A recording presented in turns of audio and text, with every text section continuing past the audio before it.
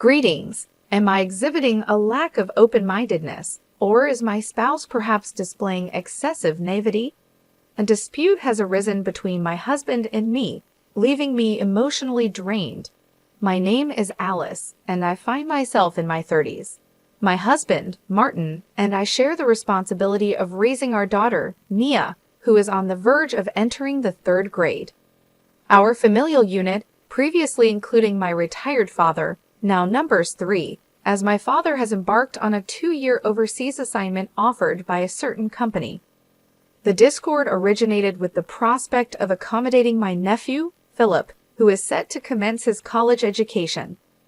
Given our proximity to his chosen institution, Martin was approached with a request for Philip to reside with us during his academic pursuits. The proposition entails his stay until he achieves financial independence through part-time employment, yet specifics regarding the required savings or timeframe remain elusive. Personally, I harbored reservations about sharing living quarters with a young man whom I encounter primarily during extended family vacations. My home-based professional responsibilities further diminish my enthusiasm for the notion. Upon voicing my concerns to Martin, his response was unforeseeably defensive. His retort questioned my lack of trust in Philip, leading to an impasse where neither party was willing to yield. Initial discussions involving Martin, Thomas's wife, and Philip himself had exhibited unanimous support for the idea. Philip explicitly expressed his desire to be under our care. Martin, however, appeared oblivious to the underlying complexities, dismissing any apprehensions about Mia, and regarding the situation with unwarranted optimism. Our disagreement persists, with no resolution in sight. As the proprietor of the house registered under my name, I proposed deferring the decision until my father's return, urging a collective discussion. Martin, however, resisted this proposition, asserting that involving my father was unnecessary and advocating for a swift resolution over the phone. This stance, coupled with his encouragement for Philip's independence, raised doubts in my mind regarding the sincerity of Martin's intentions. The house, though aged, offers ample space, leading me to suspect clandestine discussions between Martin and my in-laws, with Martin striving to maintain a favorable impression on Thomas. Communicating via text during work hours, Martin suggested that the decision could be made without involving my father, emphasizing the surplus of rooms available. Despite my reservations, Martin remained steadfast in his opinion, refusing to budge until a decision was reached, thereby exacerbating the existing deadlock. It is disconcerting to contemplate anyone's displeasure upon discovering that their relatives have been relocated to their residence without consent, especially when they are not present. Martin, however, exhibits a noticeable lack of comprehension. When I inquired about the possibility of our relatives residing rent-free simply due to familial ties, he asserted that they were willing to remit $200, deeming it sufficient for one person. The basis for the in-laws' notion of adequacy remains unclear, as I am convinced that this amount is inadequate by any reasonable standard. The question arises, does $200 cover only monthly groceries? I limit the absence of prior consultation between Martin, Thomas, and me. If only they had sought my input earlier, I could have engaged in a thorough discussion with my father. However, I suspect a reluctance to consult him in advance, perhaps due to his benevolent yet stubborn nature, leading them to anticipate certain conditions. My apprehensions deepen as I entertain the thought that clandestine machinations have been underway since they learned of my father's overseas assignment. Seeking counsel, I decided to confide in a trusted confidant, my close friend Rosalie, a relationship spanning back to our middle school years. Recognizing the gravity of my situation, Rosalie promptly adjusted her schedule and suggested a private setting to ensure our conversation remained confidential. It felt serendipitous, as we hadn't caught up in a while. Initially engaging in light conversation, we eventually delved into the heart of the matter. I recounted the entire narrative to Rosalie, detailing Philip's request to move in while pursuing college, with vague assurances of financial independence. Martin, seemingly receptive, deferred the decision to me. Complicating matters, our residence is registered in my father's name, and he is currently overseas, adamantly refusing to engage in any discussion on the subject. In addition to these complexities, I have the presence of my daughter Mia at home, and the prospect of accommodating a male relative who is essentially a stranger leaves me uneasy. Given that the house is registered under Dad's name, securing his approval is undoubtedly imperative. My suspicions regarding the timing of this proposition intensify, particularly as it coincides with Dad's absence from the country. Overwhelmed with emotion during our conversation, tears clouded my ability to articulate my thoughts comprehensively. Nonetheless, Rosie, my attentive confidant, offered unwavering support. With occasional back rubs and gentle encouragement, she urged me to continue sharing.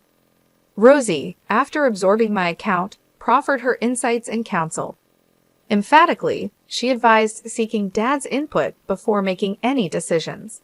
She admonished me for contemplating acquiescence after the fact, highlighting the importance of Martin and Thomas respectfully requesting this favor. Addressing the absurdity of a $200 rent, she questioned the lack of clarity on shared responsibilities such as cooking, laundry, and utilities. The prospect of shouldering these burdens, especially with Martin's frequent work-related absences, raised valid concerns. Whether Martin was cognizant or oblivious to these considerations remained unclear. Rosie, in support of my perspective, pledged assistance if needed, expressing genuine understanding. Buoyed by this interaction, I resolved to discuss the matter with Dad. Martin, however, preempted my decision with a text, absolving himself of responsibility and leaving the decision to me. In response, I firmly conveyed my decision to decline. Martin, perplexed, challenged my rationale, insinuating an aversion to inconvenience. His response, devoid of coherence, aligned with Rosie's earlier assessment, a lack of genuine commitment to assuming responsibility. Realizing the need for a more substantive conversation, I determined to engage with Dad at the earliest opportunity. Martin's underlying concerns about potential conditions were evident. Even if Dad agreed, stipulations such as a curfew, household contributions, and academic diligence would likely be imposed. Given Philip's involvement in karate, weekend attendance at classes might also be required to instill discipline. Failure to meet any of these conditions could prompt Dad to insist on Philip's immediate return to his home country. Yet, in the face of potential conditions, I acknowledged that if Philip truly required this favor, my inclination was not to be perceived as heartless. The following day, I reached out to Dad as planned. Understandably uncomfortable with the notion of someone residing in his home while he was away, he refrained from granting permission. Instead, he proposed involving a real estate agent to facilitate an alternative solution. After concluding my call with Dad, Martin returned home, coincidentally with Thomas, who happened to be in town on business. Seizing the opportunity, I relayed Dad's stance, stating that we couldn't accommodate Philip, but suggested seeking the assistance of a real estate agent to find him suitable accommodation. My directness provoked fury from both Martin and Thomas, who were evidently incensed by the change in plans. They expressed frustration, asserting that their relocation plans were imminent.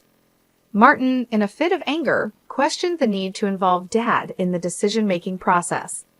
As Mia attempted to intervene, Martin's response escalated to the point of physical aggression. In a protective gesture, I interceded, only to be met with a forceful kick to the chest. While I feigned a retaliatory punch, I never intended harm. Martin, deflecting blame, asserted that Mia's fall was solely my fault, attributing 90% of the blame to me. Expressing bewilderment at the sudden upheaval in our harmonious cohabitation, Martin left for his parents' house. Parting with a defiant declaration, he warned against characterizing him as changed or abusive, shifting blame to my actions. Despite Mia's relatively minor injuries, my chest pain persisted, prompting a hospital visit the next day. A broken rib was diagnosed, and a medical certificate was obtained. Concerned for our safety, I requested my aunt's presence and took basic security measures, installing a simple lock. Life has undergone a drastic shift, with Martin opting to commute from his parents' house. He conditions his return on my apology and convincing Dad to allow Philip to stay. However, my sentiments towards Martin have cooled considerably. I believe cohabitation could be manageable if Thomas allowed us to live separately with occasional assistance. The insistence on living together remains perplexing. I question the fragility of familial bonds and whether distant blood relations should supersede the well-being of close family ties. Despite my contemplation, answers elude me. For now, my primary focus is ensuring a safe environment for Mia. Even if Martin were to return, my concerns persist, and divorce is now a consideration. My best friend, Rosie, was correct. The idea of letting a relative, even a family member, reside in a house under my dad's name is unthinkable. I plan to seek advice from my dad again. An update 2 months later. Following heated arguments about allowing my brother-in-law's son to move in with us for college, the divorce has been finalized. After informing my dad about the details, he expressed his intention to return to the country. I had a conversation with Mia, explaining that we would no longer be living with Martin due to the divorce. Though she seemed saddened, she didn't voice any opposition. Witnessing her emotional response tightened my chest, both physically from my rib pain and emotionally from the strain. In my search for legal representation, Rosie once again proved invaluable, connecting me with a divorce attorney. Martin, since returning to his family home, maintained complete silence, ignoring my texts. When Dad and Martin finally spoke over the phone upon Dad's return, Martin insisted that the broken rib was 20% my fault and 80% mine, claiming victimhood. Resisting further inquiry, Martin asserted, "I don't owe you any explanations." When the topic of divorce arose, he was initially defiant, telling me to proceed if I wished. However, during mediation, Martin's stance softened, leading to a settlement involving compensation for the divorce, child support, and damages for the abuse towards Mia and me. In a surprising turn, Thomas reached out to apologize, and revelations about Martin's undisclosed actions came to light. Initially, Martin had promised to contribute $200 for Philip's living expenses, a detail he had withheld from me.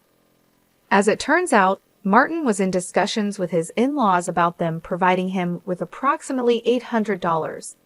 In essence, he was attempting to siphon off funds from them, explaining his vehement insistence on having us all live together. While Martin enjoyed golfing, a seemingly expensive hobby, I believed he was managing within his personal budget. The revelation that he harbored a love for gambling, particularly horse racing, dating back to his college days, came as a shock. Neither during our dating nor after our marriage did he display any signs of this inclination. Unbeknownst to me, he had been secretly accumulating debt, amounting to around $20,000, which left me stunned. Upon learning this, Thomas understandably expressed fury, condemning Martin for taking advantage of their kindness and exhibiting far worse intentions. Thomas questioned how Martin could resort to violence and emphasized that his change in behavior likely stemmed from the fear of his debts becoming public knowledge. When Thomas confronted Martin, he proposed a solution. Martin could stay at their old house, contributing some funds for living expenses while commuting. Thomas naively trusted Martin and felt gratitude, assuming the arrangement was settled. Upon revisiting this with his wife and acquaintances, they realized the imprudence of their behavior and extended a thick envelope as a gesture of apology. Clearly, it contained apology money. However, forgiveness towards Martin was not on my agenda. Despite being unaware of these financial matters, I still harbored trust issues towards Thomas. In my view, if they had the means to prepare that much money, they should have supported their son from the outset. aiding him in becoming self-sufficient and preventing the current predicament. I politely declined Thomas's offer, and he extended his apologies once more before leaving. Several months post-divorce, Mia and I have been attending counseling twice a month. Dad's return overseas prompted occasional requests for support from my uncle and his wife, contributing to a sense of stability. However, an unexpected letter arrived from Martin. Despite my initial reluctance to open it, I sighed and decided to read it before discarding it. The letter was disconcertingly self-serving, with Martin expressing regret for losing his temper and acknowledging his financial struggles. He insinuated that honesty might have offered a solution, questioned Mia's loneliness without a father, and asserted his commitment to change for the better. The letter concluded with a suggestion to reconsider living together as a family once his debts were settled. Recognizing the self-serving nature of the letter, I shared it with my uncle and his wife. Concerned about potential risks, they promptly contacted a lawyer to arrange a restraining order. The terms stipulated that any future contact from Martin would incur a demand for $1,000 in emotional damages each time. The threat of reporting him to the police for stalking was formalized in a document sent to Martin. Though apprehensive, my uncle and his wife assured me that they would handle the situation. In an unexpected turn, my in-laws, perhaps feeling guilty, are cooperating and monitoring Martin. Seeking Thomas's assistance through the lawyer revealed that Martin is currently mentally unstable. While still employed, he occasionally mutters to himself, causing worry even to Thomas, who has facilitated his counseling. The realization that Martin had taken out loans in secret and could resort to violence brought relief for the decision to divorce. Gratefully, I can work from home without financial concerns, and Mia is gradually settling emotionally while attending school. Hoping for calm days ahead, I aim for a peaceful life moving forward. My name is Ashley. At 32, I find myself deftly managing a desk position at a modest firm while also overseeing the affairs on the domestic front. Gilbert, my husband, and I encountered each other through mutual acquaintances, and we've now celebrated 3 years of marital bliss. The initial honeymoon euphoria has dissipated, leaving behind a settled tranquility. Our day-to-day existence is predominantly stress-free and harmonious, a cocoon just for the two of us. Ashley, did you truly infuse the suplex flavor with chicken bones and vegetables? My sincere apologies, but the entrance and the bathroom were not attended to with the meticulous care they deserve, revealing an aspect of upbringing that warrants consideration. Are you paying attention?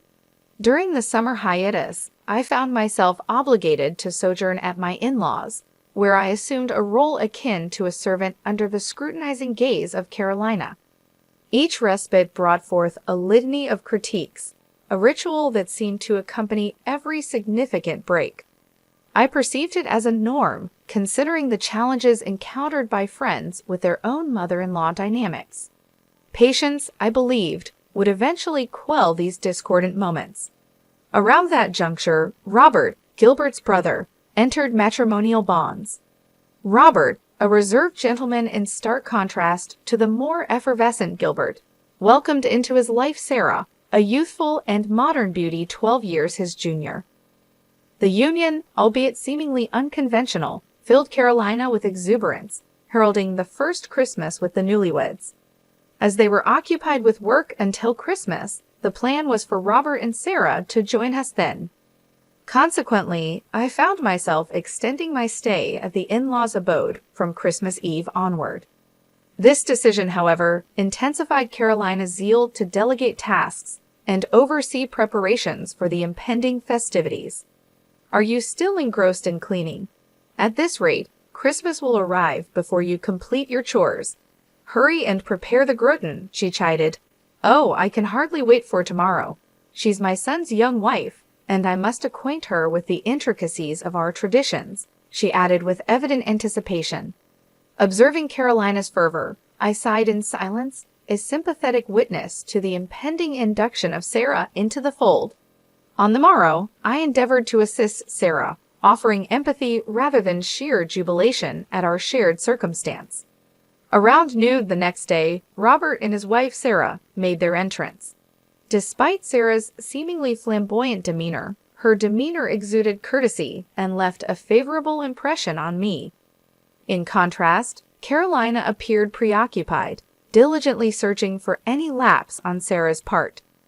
First impressions, it seemed, held paramount significance. Ashley swiftly served the coffee and commenced preparations for the Christmas feast. "And you, Sarah, follow suit," Carolina directed, prompting a startled reaction from Sarah. "A son's wife belongs in the kitchen, doesn't she?" she added, guiding her son and his wife with a stern look.